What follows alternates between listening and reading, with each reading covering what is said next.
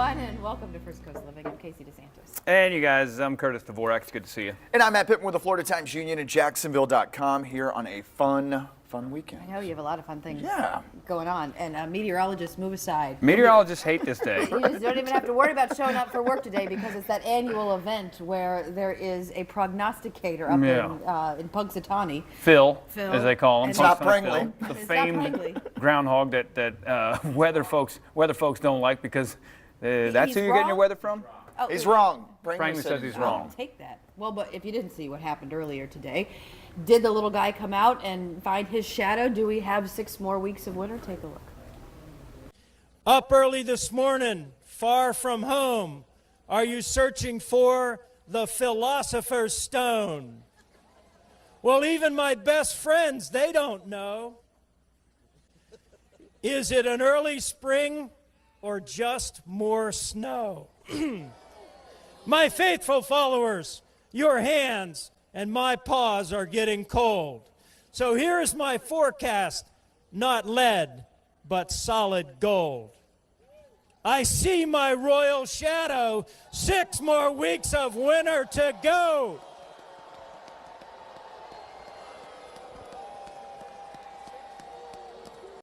Such pressure. I'll never get it. Such pressure. I'll never It's get still one of my favorite movies of all time. Like if we go into top Febuary. 5 movies. The movie's great. Groundhog Day is great. I literally this morning I woke up and I was like, oh, it's Groundhog Day. So I even posted a picture from the movie where where he's driving the car and he goes, don't drive angry. Yeah, I remember Check that your part. mirrors. Yeah, I'll never get it. Punxsutawney No, it's as a fun. town, folks, like if I lived there, I'd be like, can we please figure out something else to be known for? I don't know. That seems like a really fun festival day. No, it makes no sense. It's in Oh. Pennsylvania. You see a shadow. It doesn't matter for us in Florida. We got 6 more weeks of winter. Oh, we're going to be 62 instead of 61. I Uh-oh. actually don't think we get 6 weeks of winter. No, we don't have. Right. We have 6 days of winter, and we survived them. I have don't know. the It's pretty T-shirt. cold this winter. I'm not going to lie. So 6 more weeks in 60s. I'd rather have 70s. Yeah. But you know what? Have you seen how many people show up for Punxsutawney Phil? What else is there to do in Punxsutawney? Yeah, that's why they show up. Well, this it is their seems like day. a lot of people travel from all over to witness this, and so it's probably a big economic boom for the city. I'm assuming. I'm just City. saying. You called it a city. Next year, FCL live. For Go on. road tripping. You can go. You two can go by yourselves. They don't have a big enough power grid, and there's no cell phone towers. No. Here we go. Football fever is heating up icy Minneapolis as fans gear up for the big game. But behind all that, there's a lot of technology powering the NFL operation. And Liz McLaughlin takes us a look inside. Each NFL football is made by hand, but inside a tiny high-tech chip tracks every play and pass. We had to develop a chip that was light enough and could be placed in a ball that wouldn't affect the weight or the flight integrity of the ball. There are also chips embedded in the players' shoulder pads, gathering information that powers next-gen stats during the game. These RFID chips are about the size of a nickel, and they're embedded in every player's pads. Now they track speed, location, and it's important in football, they're durable, they're impact-proof and waterproof. You'll see that every player on the field is tracked. There's no delay of game for these chips. That's pretty fast for a free safety. The data is able to reach fans and coaches in under 3 seconds. Real-time technology extends to the sidelines, where coaches can use Microsoft Surface tablets to make key decisions faster. And they can say, hey, look, I'm on the first image. Connectivity between the devices makes the process of reviews and play communication more efficient. No whiteboards, no paper. As long as you have your Surface, as long as you have the cloud, you don't need books, you don't need anything. And those tablets are built to withstand a fumble. Off the field, you can find the perfect seat with StubHub augmented reality.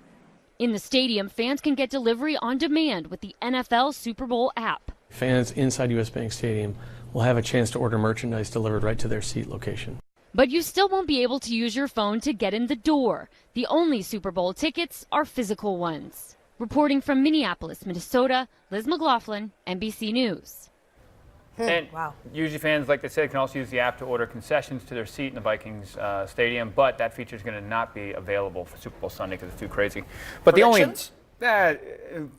important part of the game for me is the halftime, because Justin Timberlake's doing the halftime, and me and Justin go way back. Call him JT.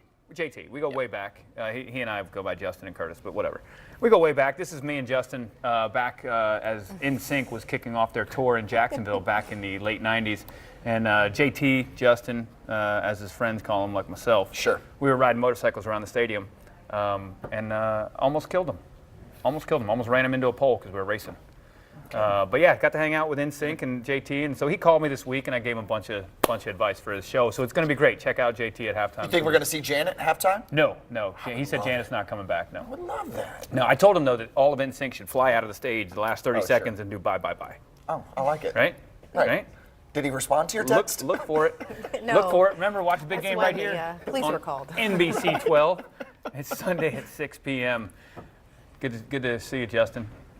I say Patriots. I don't think care. so? It's hard to bet against Tom Brady. I really don't care. Okay.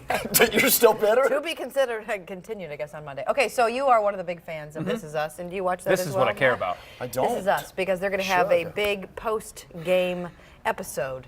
It's going to finally answer one of the show's major mysteries, but it's starting to play itself out, and we know what's coming. And I can't talk about it. Cast members are not talking about the episode this week, at least not until after NBC's pregame show. But a while back, Mark Barger did catch up with some of the stars of the show. Get your tissues. Ever since this moment last season on This Is Us, fans have dreaded the inevitable. Listen, I've tried to convince people to focus on his life more so than his death for months now, and I've all but given up. Knowing that Jack, the Pearson family patriarch's not alive in present day, but not knowing the exact circumstances, I'm the reason that he's dead. Has left many fans anxious. It's life. We never know what's coming our way in any given day, so I think you just have to take every moment positively and approach it with a whole heart and welcoming to the experience you're about to have. But the experience Sunday could be an emotional avalanche with the show's post-Super Bowl episode. That's like our Grand Slam is an ugly cry. The series' season premiere teased some of the how about Jack's death, and last week's episode filled in more blanks, an accidental house fire that appears to lead to the pivotal moment. But even if it does, it's not the end of Jack. And I think that's something that a lot of people worry about with Jack. When we see Jack's death, does that mean that Milo the actor goes away? It doesn't mean that at all. It's just, that's a chapter. It's just a chapter in a great big book that we've told that story. Now we go focus on another story. But the story that does unfold Sunday night could bring a sobbing tsunami that tops the many This Is Us fans have come to know. Mark Barker, NBC News. This Is Us, new after the Super Bowl. Oh man. Dun dun dun. Are you kidding me? There's already snot bubble cries in most episodes, and now they're saying this is going to be the biggest one. I'm gonna have towels, like literally towels next to Jasmine, because every episode usually ends, and I look over at her, and she's like, "This is my favorite show on TV." I don't know if you're selling the show as in like, hey, are you emotionally It's so sensitive? good. It is so good. Yeah, it's he's okay really to, talked about how much it's it okay is. to be in touch Jared with your too. emotions, Jared. man. I'm sorry. You don't have to mask and bury everything. Bottle them in. You don't have to bury it. You can let it out. Okay, well, I'll tune in. Can I skip the entire season, just tune in on Sunday? Probably don't want to do that. Okay. Just catch up. It's a great show. Okay, I'll start today. What's going on this weekend? All right, it is a fun weekend here in Jacksonville, and if you're looking for a huge show that has toured the world, over 90 million people have seen this. You can see it right here in Jacksonville. Disney's The Lion King. It's known as like one of the best musicals of all time. It's phenomenal. So if you want to see it, there are a few tickets going on this weekend, but this actually goes through next weekend as well. So I advise, go to timesunioncenter.com right now and go ahead and buy your tickets for next week, because this weekend, you're kind of hit or miss. It's going to be very tough to get a ticket, but there are shows this weekend. Again, you can get details at timesunioncenter.com, one of the biggest shows from around the world here in Jacksonville. Somebody we've talked to before, Mary Wilson of Supremes, is going to be at Florida Theater. I was about to say a legend. No, this is over at the Ritz Theater. Oh, the Ritz Theater. It's going to be over at the Ritz Theater and Museum. There's a show tomorrow night at 9 p.m. A living legend. You can see her, of course. She started one of the greatest groups of all time with Diana Ross. So I think what you're going to get with this, yes, you're going to get a cool performance and you're going to going to hear some tunes that you remember from the Supremes.